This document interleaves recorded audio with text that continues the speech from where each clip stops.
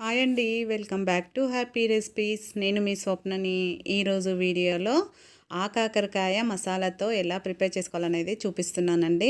వీటిని కొందరు ఆకాకరకాయ అంటారు, కొందరు అడవి కాకరకాయ అంటారు, కొందరు బోడ కాకరకాయ అని కూడా అంటారు. కాబట్టి వీటికి ఎన్నో రకాల పేరు ఉంది. ఇది ఈ సీజన్లో వచ్చే కాకరకాయ కాబట్టి ఇది తింటే చాలా మంచిది. దీన్ని ఎలా ప్రిపేర్ చేసుకోవాలనేది ఈ వీడియోలో చూపిస్తున్నాను కాబట్టి తప్పకుండా చూసి మీరు కూడా ట్రై చేయండి. ఇప్పుడు ఎలా ప్రిపేర్ చేసుకోవాలో చూసేద్దాం. చూడండి, కాకరకాయలు ఈ విధంగా ఉంటాయి. మనకు ఓన్లీ ఈ సీజన్లోనే ఈ కాకరకాయలు అనేది దొరుకుతాయి. ఇవి ఒక్కసారైనా తినాలి అంటారు కాబట్టి వీటిని ఇలా నేను శుభ్రంగా కడుక్కున్నాక ఒక బౌల్లో వాటర్ పెట్టుకున్నాను. వాటర్ పెట్టుకొని అవి కొంచెం మరగాలి. వాటర్ మరుగుతున్నప్పుడు మనము తీసి పెట్టుకున్న కాకరకాయలు ఉన్నాయి కదా, వాటిని వేసుకోవాలి. నేను 300 గ్రాముల కాకరకాయలను తీసుకున్నానండి. ఇవి వాటర్లో వేసి ఒక నిమిషం పాటు ఉంచి స్టవ్ ఆఫ్ చేసేసుకోవాలి. స్టవ్ ఆఫ్ చేసేసుకొని ఇప్పుడు వీటిని పక్కన పెట్టేసుకుందాము. ఒక 15 నిమిషాల పాటు ఈ వాటర్లోనే కాకరకాయలను ఉంచుకోవాలి. ఇప్పుడు అది పక్కన పెట్టేసుకొని మరో కడాయి తీసుకొని స్టవ్ పైన పెట్టుకొని దాంట్లోకి మనము మసాలా ప్రిపేర్ చేసుకుంటున్నాం కాబట్టి ఒక 1/4 టీ స్పూన్ మెంతులు చేదు రాకుండా కొన్ని వేసుకుంటున్నానండి. 2 టీ స్పూన్ల నువ్వులు, 1 టీ స్పూను ధనియాలు, 2 టీ స్పూన్ల కొబ్బరి పొడి వేసుకుంటున్నాను. ఎండు కొబ్బరి పొడి వేసుకుంటున్నాను నేను ఇక్కడ. మీరు నువ్వుల ప్లేస్లో పల్లీలు కూడా వేసుకోవచ్చు, బాగుంటుంది పల్లీలు వేసుకున్నా కూడా.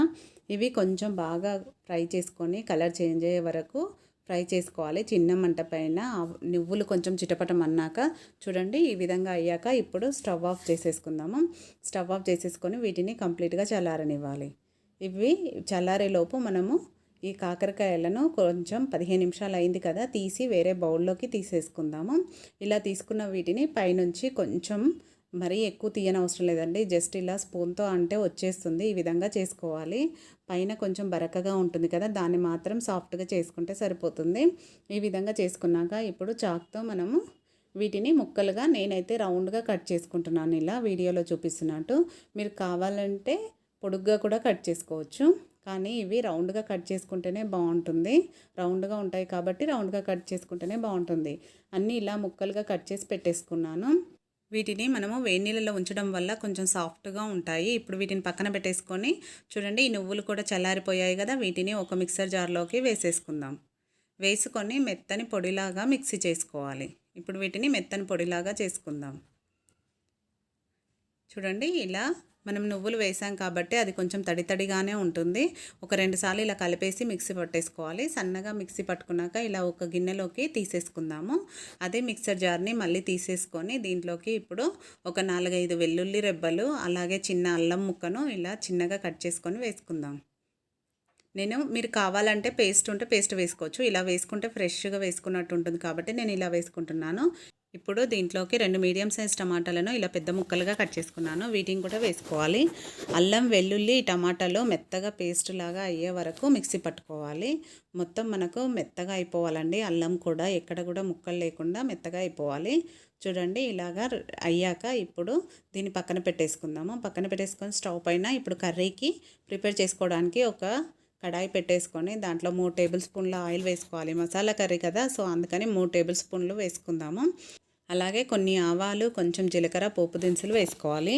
ఆవాలు కూడా కొంచెం చిటపటమన్నాక దీంట్లోకి నేను 4 లవంగాలు, కొంచెం పట్ట, ఒక 2 ఇలాచీలు వేసుకుంటున్నాను. మీరు కావాలంటే వేసుకోవచ్చు స్పైసెస్, లేదంటే లాస్ట్లో గరం మసాలా పొడి వేసుకోవచ్చు.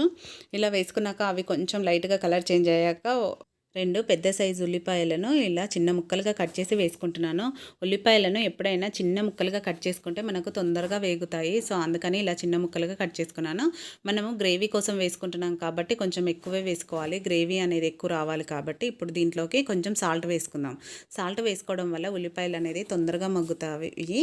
ఉల్లిపాయ ఎక్కడ అలా ఉండకుండా ఉండాలంటే మెత్తగా ఉడికే వరకు చిన్న మంటపై మీడియం ఫ్లేమ్లో పెట్టుకొని మొత్తం కలర్ చేంజ్ అయ్యే వరకు ఫ్రై చేసుకోవాలి. ఇప్పుడు మూత పెట్టేసి ఒక 2 నుంచి 3 నిమిషాల పాటు కలుపుతూ మధ్య మధ్యలో ఫ్రై చేసుకోవాలి. చూడండి, లైట్గా కలర్ చేంజ్ అయింది కదా. ఇప్పుడు దీంట్లోకి కొద్దిగా కరివేపాకు వేసుకుంటున్నాను. కరివేపాకు వేసుకొని ఒకసారి కలిపేసుకొని ఇక్కడ ఫ్లేమ్ అనేది తగ్గించుకోవాలి, చిన్న మంట పైన పెట్టుకోవాలి. ఎందుకంటే మీడియం ఫ్లేమ్లో పెడితే సైడ్లంతా మాడిపోతాయి కాబట్టి. ఇప్పుడు పుదీనా కూడా వేసేసుకొని చిన్న మంట పైన ఇంకొక నిమిషం పాటు ఉడకనివ్వాలి. మధ్యలో ఒకసారి కలిపేసి మూత పెట్టేసుకుంటే సరిపోతుంది. ఇప్పుడు దీనిపైన మూత పెట్టుకుందాం. మూత పెట్టుకొని 1 నిమిషం పాటు చిన్న మంట పైన ఉడకనిద్దాం. మళ్ళీ 1 నిమిషం తర్వాత మూత తీస్తే చూడండి, ఉల్లిపాయలు అనేది పూర్తిగా మగ్గిపోయాయి కదా, పర్ఫెక్ట్గా అయిపోయింది. ఇప్పుడు దీంట్లోకి మనము ఆల్రెడీ మిక్సీ పట్టుకున్న టమాటా ప్యూరీ ఉంది కదా, అల్లం వెల్లుల్లి టమాటాది, అది వేసేసుకోవాలి. మీరు అల్లం వెల్లుల్లి దీంట్లో వేయకపోతే మాత్రం ముందు అల్లం వెల్లుల్లి పేస్ట్ వేసినాక తర్వాత టమాటో ప్యూరీ వేసుకోండి. అలా అయితే మనకు అల్లం వెల్లుల్లి పేస్ట్ అనేది ఆయిల్లో పర్ఫెక్ట్గా ఫ్రై అవుతుంది. అలాగే ఇప్పుడు కొంచెం పసుపు వేసుకొని వీటిని ఆయిల్లో బాగా ఫ్రై చేసుకోవాలి. ఈ విధంగా కలుపుతూ పసుపు టమాటా ప్యూరీ మొత్తం కలిసేలాగా కలిపేసుకొని ఇప్పుడు మూత పెట్టేసి 1 నిమిషం పాటు చిన్న మంట పైనే ఉడకనివ్వాలి. చూడండి, ఉడుకుతుంది కదా, టమాటా ప్యూరీ కూడా ఉడికింది కదా, ఒకసారి కలిపేసుకొని నెక్స్ట్ ఇప్పుడు మనము దీంట్లోకి స్పైసెస్ యాడ్ చేసుకుందాము. ముందుగా కారం వేసుకుందాము. మనకు రుచికి సరిపడా కారం వేసేసుకోవాలి. నేను ఇక్కడ వేరే పచ్చిమిర్చి లాంటిది వేయలేం కాబట్టి కారం, ఉప్పు వేసేసుకున్నాను. ఉప్పు వీడియో క్లిప్ మిస్ అయిందండి. ఉప్పు కూడా వేసేసుకొని బాగా కలిపేసుకోవాలి. ఈ విధంగా కారం అంతా కలిసేలాగా కలుపుకోవాలి. ఇప్పుడు నెక్స్ట్ మనం మిక్సీ పట్టుకున్నది ఉంది కదా, నువ్వులు అవన్నీ, అది కూడా వేసేసుకోవాలి. అది కూడా వేసుకొని అది కూడా బాగా కలిసేలాగా ఇలా కలిపేసుకోవాలి. మొత్తం అంతా కలిసిపోవాలి. ఈ విధంగా కలుపుకొని ఇప్పుడు మళ్ళీ మూత పెట్టేసి 1 నిమిషం పాటు ఉడకనివ్వాలి. మనకు ఇలా ఉడకబెట్టడం వల్ల ఆయిల్ అనేది పైకి వచ్చేస్తుంది. 1 నిమిషం తర్వాత మూత తీసి చూడండి, ఆయిల్ అనేది పైకి వచ్చేస్తుంది. మసాలా అంతా పర్ఫెక్ట్గా ఉడికిపోతుంది. ఇప్పుడు మనం దీంట్లోకి కాకరకాయ ముక్కలు ఉన్నాయి కదా, వాటిని వేసుకోవాలి. ఇలా వేసుకోవడం వల్ల కాకరకాయ ముక్కలకు మసాలా అంతా బాగా పడుతుంది.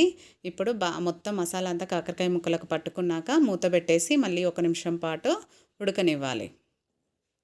చిన్న మంట పైనే పెట్టాలండి. ఇప్పుడు చూడండి, 1 నిమిషం తర్వాత మసాలా అంతా పట్టుకుంటుంది కాకరకాయకు.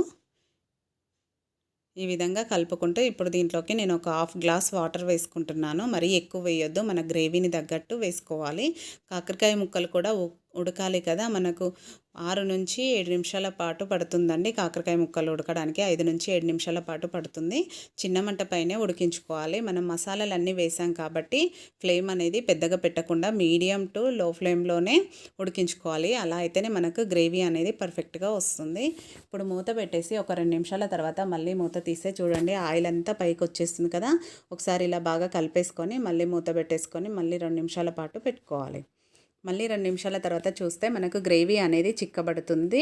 కర్రీ అనేది దగ్గరకు వస్తూ ఉంటుంది. మళ్ళీ ఒకసారి ఇలా కలిపేసుకున్నాక చూడండి, కర్రీ పర్ఫెక్ట్గా రెడీ అయిపోయినట్టే. మనం ఇప్పుడు ఒక ముక్క చూస్తే కర్రీ అయిందా లేదా తెలిసిపోతుంది. మన కాకరకాయ ముక్క ఉడికిందంటే చూడండి, ఉడికింది. మన కాకరకాయ ముక్క అనేది పర్ఫెక్ట్గా ఉడికింది. కాబట్టి మీరు ఇంకా కొంచెం మెత్తగా ఉడకాలంటే ఇంకొక నిమిషం పాటు ఉంచుకోండి. లేదంటే ఇక్కడ స్టవ్ ఆఫ్ చేసేసుకొని ఇప్పుడు దీంట్లోకి మనము కొద్దిగా కొత్తిమీర వేసేసుకుందాము.